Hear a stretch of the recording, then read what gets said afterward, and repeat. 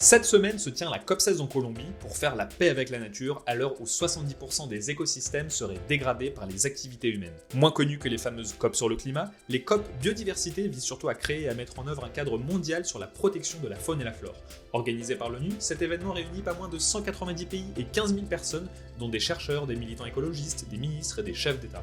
La COP16 sera avant tout une COP de mise en œuvre de ce qui a été voté précédemment en 2022, l'accord historique de Kunming-Montréal, que certains comparent aux accords de Paris pour la biodiversité, et ses 23 cibles dont le fameux objectif 30-30 qui vise à protéger 30% des terres et des mers et restaurer 30% des écosystèmes dégradés d'ici à 2030. Cet accord vise aussi à réduire les pesticides, le greenwashing des entreprises, les subventions qui nuisent à la biodiversité, et il vise également à encourager les États à promouvoir des compensations en matière de biodiversité. Un peu à l'image des crédits carbone, l'idée serait de récompenser ceux qui prennent soin des écosystèmes via des crédits biodiversité. Autre point crucial de cette COP, plus technique, créer des mécanismes de partage des avantages liés à l'utilisation des informations de séquençage génétique numérique. C'est une richesse invisible mais présente partout autour de nous.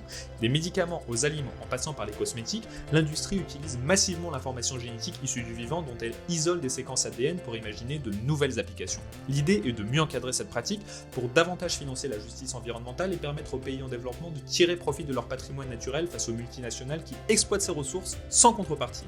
Protéger cet or vert en luttant contre ce qu'on appelle la biopiraterie. Avant même qu'elle ne soit terminée, quel bilan pouvons-nous déjà tirer de cette COP16 ? Déjà, contrairement aux COP sur le climat, très peu de chefs d'État de pays occidentaux se rendent sur place. Seulement une trentaine de pays sur 190 sont arrivés avec leur feuille de route.